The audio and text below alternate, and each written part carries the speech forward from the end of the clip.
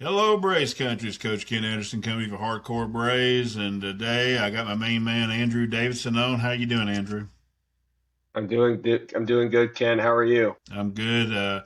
28 and 13, best record in MLB. Just took two out of three from the Dodgers. Before we get into the Cubs series, how'd you think the road trip went? 6 and 3 overall. We did pretty well in Seattle and LA. We split with them. Yeah, the road trip went better than what I predicted on the pod. I predicted 5-4, and they went 6-3. So I'll take that every time. After Friday, kind of looked a little shaky on if we'd even be able to have a chance to win the series, but we buckered down and took the series from the Dodgers. Yeah, a lot of people on Twitter kind of panicked on the first game, but really the fact of the matter is Dodgers probably played their best game they played in 2 weeks. They threw the ball well. The relay throw home was excellent. So got to give Dodgers tip the cap. But I think the Dodgers hitters and pitchers look like Braves are going to be a problem. So it was a good road trip. Here come the Cubs. The Cubs have been the team that kind of secretly nobody has realized has got one of the best records in baseball right now. They sit right behind us. We come in the game 28 and 13. The Cubs are 27 and 14. They're 8 and 2. They've had two 10-game winning streaks. They've scored 215 runs, give up 168. That's a differential of plus 47. To let you know, we are plus 87. We're the best in baseball. So that just tells you a little bit. John Smoltz is right. It tells you the interesting thing about the Cubs. It looks 8 and 2, but the problem is they have not scored a run now in 20 innings. Andrew, they got shut out back-to-back games in Yeah, Texas. they did. So, what kind of team you got a chance to watch them at all, and what kind of team you think the Cubs are going to come in with? Yeah, I've gotten to watch a little bit of the Cubs, a little bit so far. I still keep up with them after I lived in Chicago for a few months. Kind of became a small fan of them when I was up there, just because of how about everything Wrigley, how it is. But going into what I think about the Cubs right now, they're a great ball club, but like you said, they've got two 10-game winning streaks, and the majority of that has been all wins at Wrigley Field. They have not played exceptionally well away from Wrigley Field. You've mentioned on another podcast episode that that lineup is built for Wrigley Field. They're built to hit the home run ball into the wind at Wrigley Field. I think it's a very positive matchup for the Braves.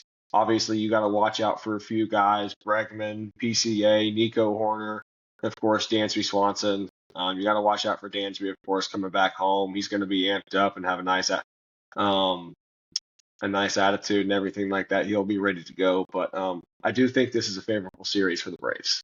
I do too. We'll get into the numbers and why that is. They're actually going to attack us with really their best pitcher in this. But the interesting thing about the Cubs, like he brought up, they were built to win at home. They want to control their home environment. They've done that this year. They've been really good. They're 18 and 5. They're at 99. That's not terrible. That's a really good road team. They're just not a Yes. great road team. So they're going to come in here. The one good thing about when the Braves and Cubs, and I know Andrew's been to a game with the Braves and Cubs at Truist, it's one of the best atmospheres. So if you can get tickets the next 3 nights, there are always plenty of Cubs fans. The Braves fans are loud, and it just feels kind of got a college feel to it, doesn't it, Andrew, when they play each other? Yes, it does. I've actually been to probably four or five Braves versus Cubs games throughout my life. Being around Cubs fans when I was up there, they're great fans. They're like Braves fans. They love the Cubs. They're very knowledgeable about baseball. It's like comparing to going to a game in LA or going to go see the Mets play at their stadium. They don't really know the game. They're just there to cheer on the Mets. The Cubs and Braves fans know baseball. They know how to watch a game and knows what's going on. So it'll be really fun. I'm actually going on Thursday to go see Chris Sale pitch, so that'll be a lot of fun. But certainly, if you got a chance to go get some tickets, do it. It's going to be a lot of fun.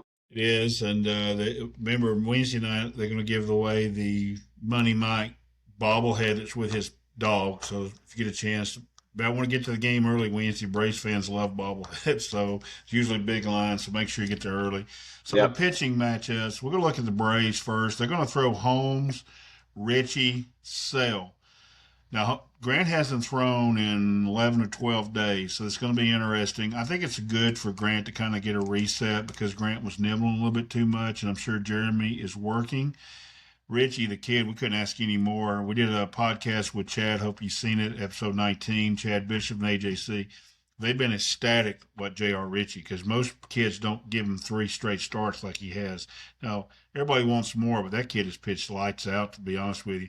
And then we got the best pitcher in baseball, at least in the National League, I think, an MVP. Him or Skeens are going to probably fight it out. So, what do you think about the 3 guys we're throwing this series? Yeah, I think I'm most intrigued to see how Grant Holmes bounces back. He's had a lot of time off. Um, and obviously Colorado's a different monster, but he hasn't pitched what we think and we know what he can. His last couple times out there, um, I think I'm looking to see more on the building confidence of J.R. Ritchie. Like we've said, he pitched really well in Seattle. He had one fluke inning and he got blamed for it, which he really didn't. He really shouldn't have. He pitched really well. And then with Chris Sale on the mound Thursday night, you can't expect anything other than a win or at least 7 innings, maybe 1 or 2 runs given up by Chris Sale. And you mentioned Sale and Skeens. I think it's going to be him, Skeens, and Otani also into that mix. But I'm really excited for these pitching matchups because I think we get 2 of the 3 guys have some big steps to hurdle and to jump over and to see what they can do and see what are the next steps potentially with this ball club. 7 guys really for 5 spots. And we know, me and Andrew talked before, Sale, Strider, and Elder are going to be the 3. And then you got to decide who the other ones are.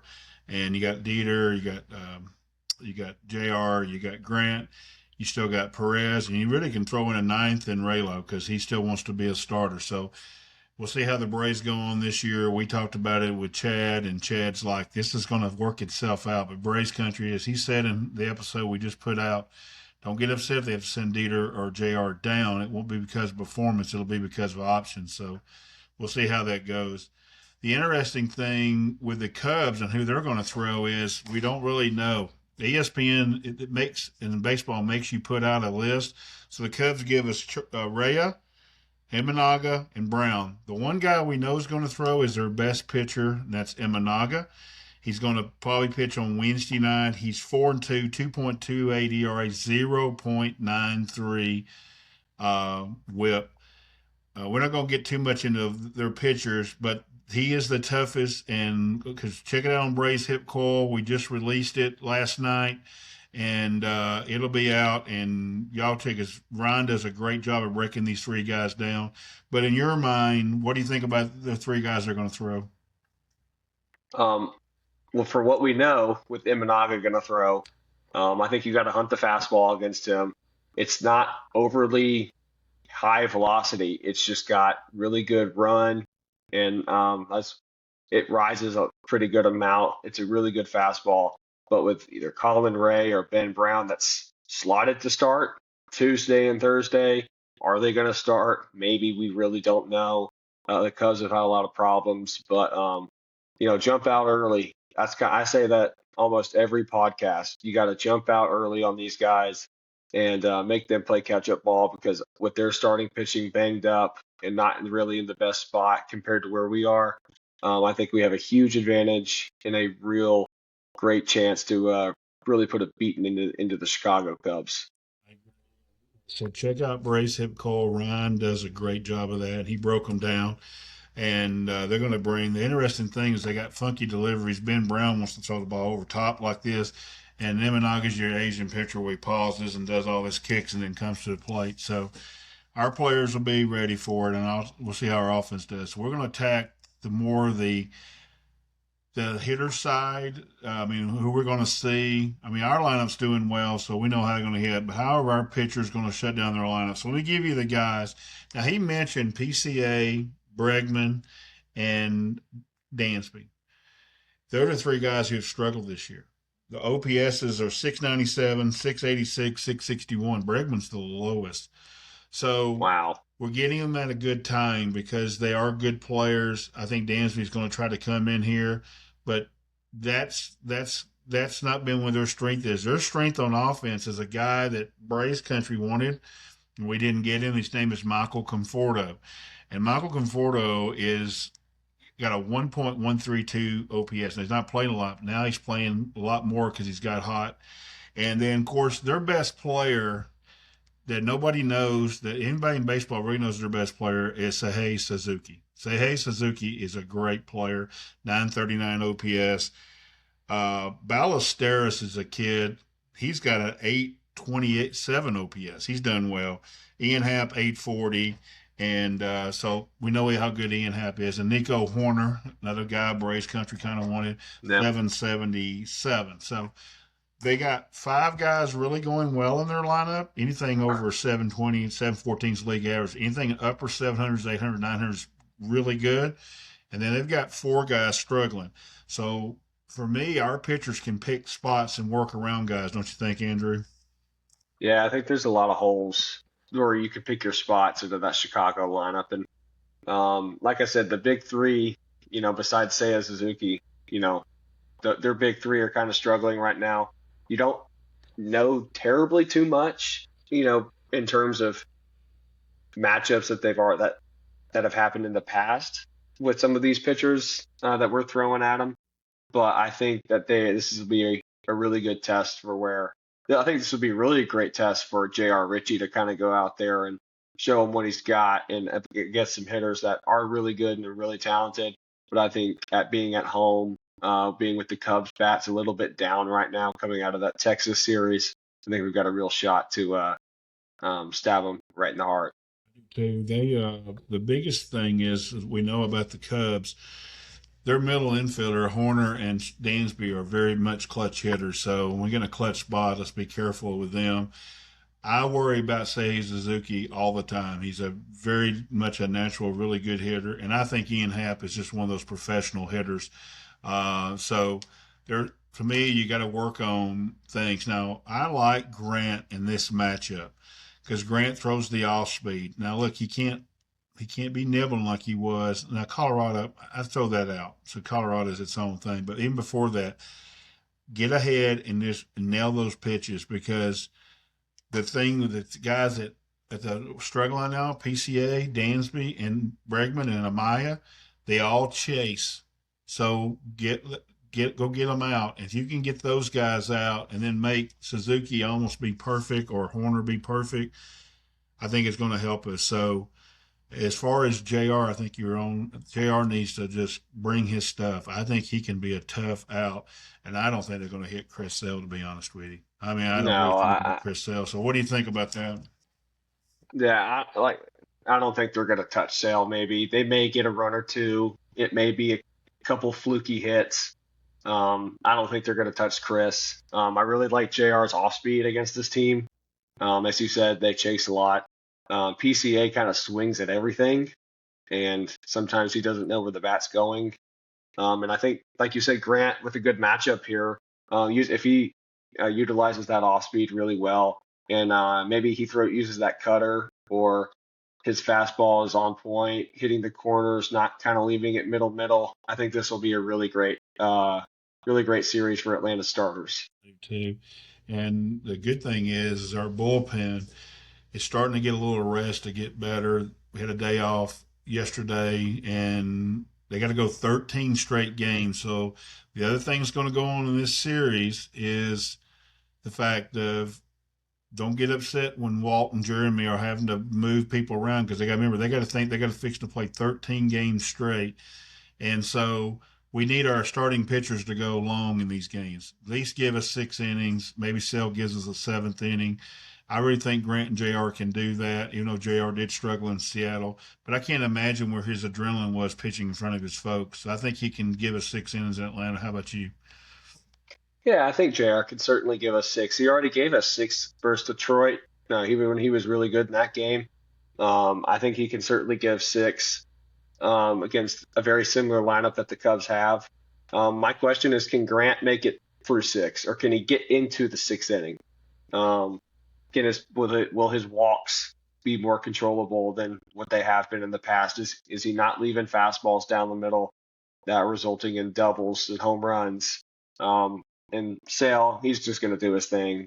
But I look for JR and Grant to really be able to attack hitters here and to kind of just keep going and do what they do best, and to not really just completely chase the strikeout, because the Cubs do strike out a lot, but be able to get early outs to where they can get deeper into the innings or deeper into the game and really help this bullpen.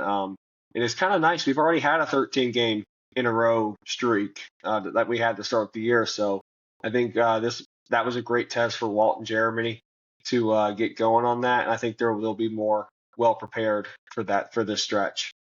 It's a good point. They've already been through it, and I think it's going to help. And I think it's also going to help having Dieter and Martine and Raylo can actually throw multiple innings wherever they need them. So the other thing that's interesting about the Cubs is that we just faced the Dodgers, and everybody was getting mad because of the walks. The Dodgers probably take more pitches than anybody in baseball. Their analytics department is excellent, and they get guys with great eyes. Max Muncy, for instance, never swings at a pitch out of the zone, ever. Yep. He's almost as good as Juan Soto. Nobody's as good as Juan Soto, but Max is close. I think pitching in that series will help our pitchers, starters and relievers, when they pitch against the Cubs, because the Cubs do have guys who chase, don't you? Yes, I do. Very much so. Yeah, that's going to be interesting. Now, a couple of things. Go back to the hitting side. HSK is coming. So what do you think about Ha-Seong Kim? He'll be in the lineup tonight. So what do you think about Ha-Seong Kim? I'm excited. I loved when Alex brought him in last year for the final month of the year. I was very adamant in the offseason before last season that we wanted him. We needed him. I think that he'd be a great clubhouse guy. This just only adds more depth to the team. Now, he's not going to go out and be like Dubon and play left field, right field, center field, second base, and first base, but he's going to play shortstop, and he's going to play darn good defense. Is it going to be Nick Allen good? Probably not, but it's going to be darn good defense. He runs the bases really well, and it kind of gives, and he doesn't strike out terribly too much, so he's going to put the ball in play. And it'll be really fun to have lots of different options while Ronald is hurt, Eli White's hurt now, to where we have some different more options to have a kind of a complete team, which is what I said on the last episode that I think we probably could have had out in LA, but now we certainly have it with HSK back, and I'm really excited. I think he's going to come back. He's got to prove the haters wrong a little bit, as he's kind of been written off with how well Dubon's doing, and I'm excited to see him play. Too, and what it does is it gives another toy for Walker. It finally allows for him to put Dubon wherever he needs to, and that's going to be huge. Sorry doing that anyhow. Now, going into the series, a few things. The reason HSK is coming up, there's really not another move, is Eli White crashed into the wall, one of the best catches on Sunday. He's on the 7-day IL. Talking to Chad Bowe, they think he's going to be okay, and in 7 days he'll come off. Also, Acuna is ready to come off. I think it's Wednesday, Thursday. Both of them do not think he will come off immediately. Chad's more optimistic, but we'll see. Just because Walt, and the reason why Braves Country is they have a 9-game lead. It gives them a chance to make sure everybody's healthy before they come off. So you might see Ronnie in this series, you might not. But HSK coming back is going to be interesting, and how they put their outfielders will be mostly on Wednesday night, because Tuesday and Thursday will probably be a right-handed pitcher, and you're going to get Yaz and Dubon and Harris. But then after that, what do you do? So we'll see how Walt addresses that. Probably when Ronnie comes up, Jarvis is the one that's going to probably go down. And then when Eli comes off the IL, the concussion IL, it's probably going to be Farmer. They'll try to get through. But again, Chad brought up the place. It could even be going to a pitcher's side. Just whoever they can get through the waivers. So, and we know that Murphy got his hand hit. And sometime today, folks, after this podcast has been out, they're going to finally tell us where Murphy's at probably. And so that's interesting, because we let our backup catcher go to Oakland. So they have to make a decision there. So lots of moves could be coming.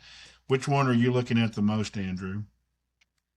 Well, I mean, this is really tough because I think there's going to be a lot of movement that you just kind of expressed, but the one I'm interested to seeing is Sean Murphy. He has not gotten off to a good start, but he is a key important player on this team if you really think about it, because he's arguably the best defensive catcher in Major League Baseball. And with us shipping Heim over to Vegas, I'm saying Vegas now. Um, we don't have a backup catcher. Sean Murphy has to go on the IL. My personal belief is he is going to probably miss a few games. Where do they go? Do they call up Camargo? Do they call up Trump? So that's the most intriguing one to me. I'm also interested to seeing, when does Ronnie decide to come back? Does he feel really well to come back enough and maybe DH for the first couple nights, and then just to get some movement out there to see some live pitching? Does he do a rehab assignment? I don't think so. But where does Ronnie go with all of this? And then obviously who gets either sent down or who gets cut? I think it's pretty adamant that Jarvis will go down either when Ronnie comes up or when maybe Eli's back, or if a pitcher. But then Farmer will probably be the odd man out. And I like Kyle Farmer, but business is business. And I think he's the guy that will get through waivers the highest. I do too. It's going to be interesting. Real quick, we got to get out of here, but real quick, I am also with Murphy because we fix to start 13 games in a row. So do we want Baldwin behind the plate 13 games in a row? The answer is no. So No. how they handle that. So hopefully we get good news today. Today comes out, Murphy's hand feels better, and he plays. So that's what we're hoping. And so we'll do that. So get out of here on this. How do you think the series goes? I think we sweep. I think this is a series where we kind of just put the belt on them, and we show them who's the boss in the National League and to the rest of baseball. We just took 2 or 3 from your back-to-back champion. We just took 2. We just swept the Chicago Cubs, who MLB somehow gave number 1 in their power rankings today. So, but we'll see. But I certainly believe that I think we've got a real good chance of sweeping, especially if we win Game 1. Put a lot of pressure on the Cubs and they're struggling bats. Too much today on the podcast, the series recap. I also called for a sweep and did it on the Braves hip coil. I think we're going to sweep. I don't ever call for a sweep, but I think we're going to. And as far as the power rankings, MLB power rankings, I couldn't almost see it because the laughter coming out of Tampa Rays for real laugh, and they were probably even most team that was deserving to have any shot with us. Tampa is, if you get a chance, watch Tampa. They are playing some great baseball. But I'm going to go sweep too. So we appreciate y'all. We're going to get out of here. Remember, Andrew is on Instagram, Hot Atlanta Highlights. He does a great job. Really does great. I can't hardly keep up. He's put so much stuff out there, and he's building up. He's on X under his own name. And so you find him there. You also find anything at Hardcore Braves. Don't forget Ben's Baby Braves and Lethal Platty. Lethal Platty today put out his 4 hottest guys in the minor league system. And they're going to put out a top 30 midseason prospect list. Their top 30, which is coming, which is going to be fun. At Aaron on Deck, at Disgusting Braves Homer, Braves Hip Coil. And, of course, I'm Coach Ken Anderson at Boyd PC. We love you, Braves Country. And as always, go Braves and peace. You know what, boys? You guys are going to be world champions for the rest of your life.